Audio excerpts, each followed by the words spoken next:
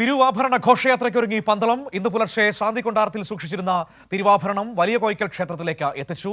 തിരുവാഭരണ ദർശനത്തിനായി ഭക്തരുടെ നീണ്ട നിരയാണ് അനുഭവപ്പെടുന്നത്. ഉച്ചയ്ക്ക് 1-ന് ഘോഷയാത്ര ശബരിമലയിലേക്ക് പുറപ്പെടും. അതോടൊപ്പം ശബരിമലയിലും തീർത്ഥാടകരുടെ തിരക്ക് തുടരുകയാണ്. കൂടുതൽ വിവരങ്ങളുമായി സന്നിധാനത്ത് നിന്ന് സുജി ടി ബാബു നമ്മളോടൊപ്പം ചേരുകയാണ്. സുജു, തിരുവാഭരണ ഘോഷയാത്ര ഇന്ന് സന്നിധാനത്തേക്ക് പുറപ്പെടുകയാണ്.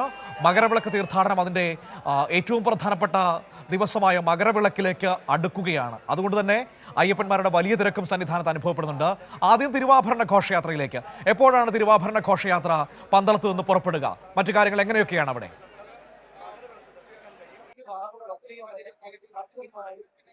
മനു, ഇന്ന് ഉച്ചയ്ക്ക് 1 മണിയോട് കൂടിയാണ് തിരുവാഭരണ ഘോഷയാത്ര പന്തളം വലിയ കോയിക്കൽ ക്ഷേത്രത്തിൽ നിന്ന് പുറപ്പെടുക.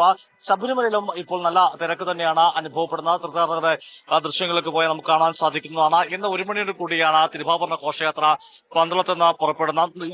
30 അംഗ സംഘമാണ് ഈ തിരുവാഭരണ പേടകം വഹിക്കുന്നത്. അതിൽ 26 പേര് സ്ഥിരവും 4 സഹായികളും അടങ്ങുന്ന 30 അംഗ സംഘം. ഇത്തവണ മരുതുമന ശിവൻകുട്ടിയാണ് ഗുരുസ്വാമിയായിട്ടുള്ളത്. ഗുരുസ്വാമിയുടെ നേതൃത്വത്തിലാണ് ഈ തിരുവാഭരണ സംഘം മുമ്പോട്ട് പോകുന്നത്. രാജപ്രതിനിധിയായി നാരായണ വർമ്മയാണ് ഇത്തവണ കൊട്ടാരത്തെ പ്രതിനിധീകരിക്കുന്നത്. രാജപ്രതിനിധിയുടെ പല്ലക്ക് വാഹക സംഘത്തിൽ ഗുരുസ്വാമി അജയകുമാർ നയിക്കുന്ന 12 അംഗ സംഘവുമുണ്ട്. തിരുവാഭരണ ഘോഷയാത്ര കടന്നുപോകുന്ന തിരുവാഭരണ പാതയിൽ കൂടിയാണ്. വിവിധ ക്ഷേത്രങ്ങൾ കടന്ന് 3-ാം ദിവസം ശബരിമലയിൽ 14-ാം തീയതി, അതായത് മകരവിളക്ക് ദിവസം തിരുവാഭരണ ഘോഷയാത്ര എത്തിച്ചേരും. അതിന്റെ ആചാരപൂർവ്വമായി തന്നെയാണ് എത്തിച്ചേരുന്നത്. മരക്കൂട്ടത്തെത്തി സ്വീകരണവും ദേവസ്വം ബോർഡ് അധികൃതരൊക്കെ തന്നെ ഒരുക്കുകയും ചെയ്തു. എന്നാൽ ശബരിമലയും മകരവിളക്കിനായി ഒരുങ്ങിക്കഴിഞ്ഞിരിക്കുകയാണ് എന്ന് പറയേണ്ടതായിട്ടുണ്ട്. കാരണം തീർത്ഥാടകരുടെ വരവ് നമുക്കറിയാം. നാളെ മുതൽ തന്നെ നിയന്ത്രണമുണ്ട്. 30,000 പേർക്കുള്ളൂ 13-ാം തീയതിയും 14-ാം തീയതിയും ശബരിമല ദർശനത്തിനായുള്ള അവസരം ഒരുക്കുന്നത്. ഇന്ന് നിയന്ത്രണങ്ങളൊന്നും തന്നെയില്ല. ഇന്ന് 70,000 പേർക്ക് വെർച്വൽ ബുക്കിങ്ങും 5,000 ആളുകൾക്ക് സ്പോട്ട് ബുക്കിംഗിനെയും എത്താവുന്നതാണ്. നമുക്കറിയാം, കഴിഞ്ഞ കുറെ നാളുകളായി തീർത്ഥാടകരുടെ എണ്ണം പ്രതിദിനം 1 ലക്ഷത്തോളം അടുക്കുകയും ചെയ്തിരുന്നു. അതുകൊണ്ട് ഇന്ന് നല്ല തിരക്കാണ് സ്വാഭാവികമായി പ്രതീക്ഷിക്കുന്നത്. മകരവിളക്ക് ദിവസം നമുക്കറിയാം, അതിനു മുമ്പ് തന്നെ തീർത്ഥാടകർ ശബരിമലയിൽ എത്തുകയും പർണശാലകൾ കെട്ടി അവർ ഒരുക്കുന്ന ശബരിമലയ്ക്കായി കാത്തു നിൽക്കുന്ന ഒരു രീതി സന്നിധാനത്തുണ്ട്. ഇപ്പോൾ തന്നെ തീർത്ഥാടകരുടെ കൂട്ടം പർണശാലകൾ കെട്ടി ശബരിമല മകരവിളക്കിനായി ഒരുങ്ങിക്കഴിഞ്ഞിരിക്കുവാണ്. ഇതിന്റെ 15ഓളം വ്യൂ പോയിന്റുകളാണുള്ളത്. എല്ലായിടത്തും സുരക്ഷയും പോലീസ് അതിനുള്ള സംവിധാനങ്ങളും ഒരുക്കി കഴിഞ്ഞു. എന്തായാലും നമുക്ക് ഈ തീർത്ഥാടന കാലത്തിന്റെ ഒരു പരിസമാപ്തിയിലേക്ക് അടുത്ത് നിൽക്കുമ്പോൾ പറയാൻ സാധിക്കുന്നത്, സർക്കാരും ദേവസ്വം ബോർഡും ഒക്കെ ഒരുക്കിയ, പ്രത്യേകിച്ച് മന്ത്രി VN വാസവന്റെ നേതൃത്വത്തിൽ നടത്തിയ തയ്യാറെടുപ്പുകളും മുൻ ദേവസ്വം ബോർഡിന്റെ, നിലവിലെ ദേവസ്വം ബോർഡിന്റെ ഭാഗമായി, പ്രസിഡന്റിന്റെ ഒക്കെ ഭാഗമായി നടത്തിയ എല്ലാ നീക്കങ്ങളും ഒരുക്കങ്ങളും എല്ലാം വിജയിക്കുന്നു. പരാതികൾ അധികമില്ലാതെ, അല്ലെങ്കിൽ പരാതിരഹിതമായ ഒരു മണ്ഡല മകരവിളക്ക് തീർത്ഥാടന കാലമാണ് ഏതാണ്ട് സമാപനത്തിലേക്ക് അടുത്തു നിൽക്കുന്നത്. മനു, തീർച്ചയായും സുജു ഇങ്ങനെ പറയുമ്പോൾ, ഈ പരാതികളില്ലാത്ത തീർത്ഥാടന കാലം എന്ന് പറയുമ്പോൾ, ഇപ്പോൾ നമ്മൾ ആ ദൃശ്യങ്ങളിൽ സുജു സംസാരിച്ചുകൊണ്ടിരിക്കുന്നതിനിടയിൽ നമ്മുടെ ക്യാമറയിലേക്ക് നോക്കി കുറെ സ്വാമിമാര് ഇങ്ങനെ കൈയൊക്കെ വീശി കാണിക്കുന്നുണ്ടായിരുന്നു. അപ്പൊ അവരുടെയൊക്കെ ആ ഒരു ശരീരപ്രകൃതിയിൽ തന്നെ നമുക്ക് മനസ്സിലാക്കാൻ കഴിയും സുഖദർശനമാണ്, സുഖമായി അവർക്ക് എത്താൻ കഴിയുന്നുണ്ട് എന്ന്. ഇത് പന്തളത്തെ ദൃശ്യങ്ങളാണ്. അപ്പൊ രണ്ടും മാറി പോരുത്, പന്തളവും സന്നിധാനവും രണ്ടും. തീർച്ചയായിട്ടും അതിവിടെ പറഞ്ഞ സുജു പറയൂ. തീർച്ചയായിട്ടും മനു, നമുക്ക് അത് തന്നെയാണ് നമുക്ക് മനസ്സൂചിപ്പിച്ചുകൊണ്ടുള്ള. തീർച്ചയായിട്ടും മനു, നമുക്ക് ആ ദൃശ്യങ്ങളിലേക്ക് പോകുമ്പോൾ അവരുടെ ഒരു സംതൃപ്തിയോടെ നിൽക്കുന്ന തീർത്ഥാടകരുടെ എണ്ണം വലുതാണ്. കാരണം അവർക്ക് സുഖദർശനം, അത് ചരണപാതയിലാകെ നമുക്ക് പരിശോധിച്ചറിയാം. തീർത്ഥാടകർക്ക് വരുന്ന പാതയിൽ വെള്ളം, കുടിവെള്ളം, അതുപോലെ ലഘുഭക്ഷണങ്ങൾ ഒരുക്കുന്നുണ്ട്. ആശുപത്രി സൗകര്യങ്ങൾ, തീർത്ഥാടകർക്ക് എമർജൻസി മെഡിക്കൽ സെന്ററുകൾ തുടങ്ങി എല്ലാ സംവിധാനങ്ങളും അങ്ങനെ. പ്രത്യേകിച്ച് പോലീസ് അയ്യപ്പന്മാരുടെ കൃത്യമായ സേവനം. 18-ാം പടി നമുക്കറിയാം ഏറെ സമഗ്രമാണ്. 1 ലക്ഷത്തോളം ആളുകൾ വരുമ്പോൾ അവരെല്ലാം 18-ാം പടി കടത്തിവിടുക, മലചവിട്ടനെത്തുന്ന, അങ്ങനെ അത്തരം സർവീസുകൾ NDRFന്റെയും ദേവസ്വം ബോർഡിന്റെയും ഫയർഫോഴ്സിന്റെ സ്ട്രക്ചർ സർവീസ് ഏതെങ്കിലും ഘട്ടത്തിൽ തീർത്ഥാടകർക്ക് ഏതെങ്കിലും ബുദ്ധിമുട്ട് അനുഭവപ്പെടുകയാണെങ്കിൽ നമുക്ക് ഈ സന്നിധാനത്തേക്ക് തന്നെ എത്തുമ്പോൾ നമുക്ക് കാണാൻ സാധിക്കുന്നു. കുടിവെള്ളം ഉൾപ്പെടെ നൽകുന്ന ഒരു കാഴ്ചയുണ്ട്.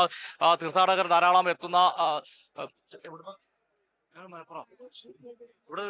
മലപ്പുറം എങ്ങനെയുണ്ടായിരുന്നു ദർശനമൊക്കെ? സുഖമായിരിക്കുന്നു അല്ലെ? ആണ് തീർത്ഥാടകർ വിവിധ സ്ഥലങ്ങളിൽ എത്തുന്ന ആളുകളെല്ലാം തന്നെ അത്തരത്തിൽ സുഖദർശനമാണ് ലഭിക്കുന്നത്. നമുക്കിപ്പം ഇവിടെ ഈ നമുക്കൊരു സ്വാമിയെ കാണാൻ സാധിക്കുന്നതാണ്. കുടിവെള്ളം കൊടുക്കുന്നില്ലേ എല്ലാവർക്കും? കൃത്യമായിട്ട് കൊടുക്കുന്നുണ്ട്. കുഴപ്പമില്ല, നല്ലവരൊക്കെ സന്തോഷമാണ്. വളരെ സന്തോഷത്തിലാണ്. ഇത് എന്ത് വെള്ളമാണ്? ചുക്കുവെള്ളം അല്ലേ? അതാണ് മനു, നമുക്ക് കാണാം ചുക്കുവെള്ളം ഇവിടെ സന്നിധാനം നമ്മൾ ഉൾപ്പെടെ മേടിച്ച് കുടിക്കുന്ന ഒരു കാര്യമാണ് ചുക്കുവെള്ളം. 4 ധാന്യങ്ങളാണ്.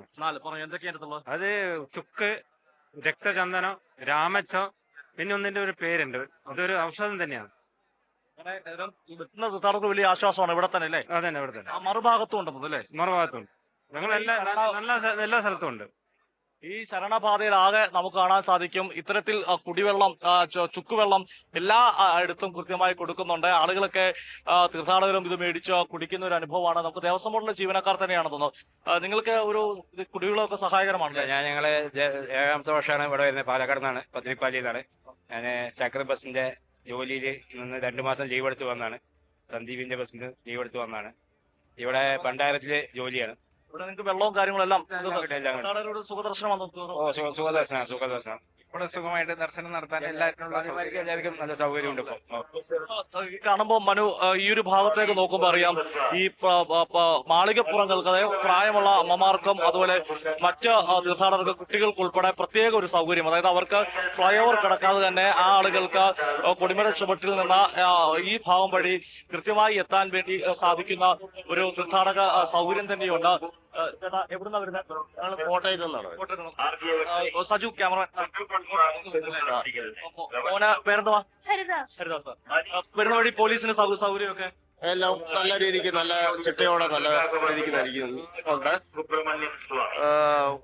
പൊതുവെയുള്ള എല്ലാ മറ്റു വർഷങ്ങളെക്കാട്ടും ഈ പ്രാവശ്യം കുഴപ്പമില്ലാതെ അങ്ങ് എല്ലാം മോന് ഉള്ളതുകൊണ്ടായിരിക്കാം ഈ പാത വഴി ഇപ്പൊ ഒരു കാലിന് ബുദ്ധിമുട്ടുള്ള കാരണമുണ്ട് ഈ പാത അനുഭവിക്കുന്നുണ്ട്. തിക്കിലും തിരക്കിലും പെടാതിരിക്കാൻ വേണ്ടി അവര് കണ്ട് അറിഞ്ഞ് വഴി മാറ്റി വിടുകയാണ്. സൗകര്യം തന്നില്ലേ? അന്നേരം നല്ലൊരു ദർശനം സാധിക്കട്ടെ എന്ന് ആശംസിക്കുന്നു. വളരെ സ്വാമിയെ ശരണയ്യം.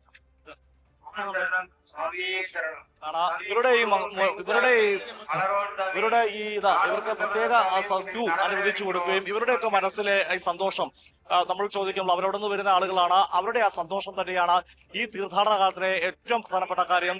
എത്തുന്ന അയ്യപ്പന്മാർക്ക്, മാളികപ്പുറങ്ങൾക്ക്, മണികണ്ഠ കുട്ടികൾക്കൊക്കെ തന്നെ നല്ല ദർശനം ലഭിക്കുന്നു എന്നതാണ് ഏറ്റവും സന്തോഷകരമായ കാര്യം. അതാണ് സന്നിധാനത്ത് നമുക്ക് പങ്കുവെക്കാൻ സാധിക്കുന്നത്. മന്ത്രി വി എൻ വാസു നേരത്തെ ഈ അവലോകന യോഗമൊക്കെ നടക്കുമ്പോൾ തന്നെ പറഞ്ഞിരുന്നു, തീർത്ഥാടനത്തെത്തുന്ന എല്ലാ ആളുകൾക്കും ഉറപ്പായി ദർശനം ലഭിക്കും.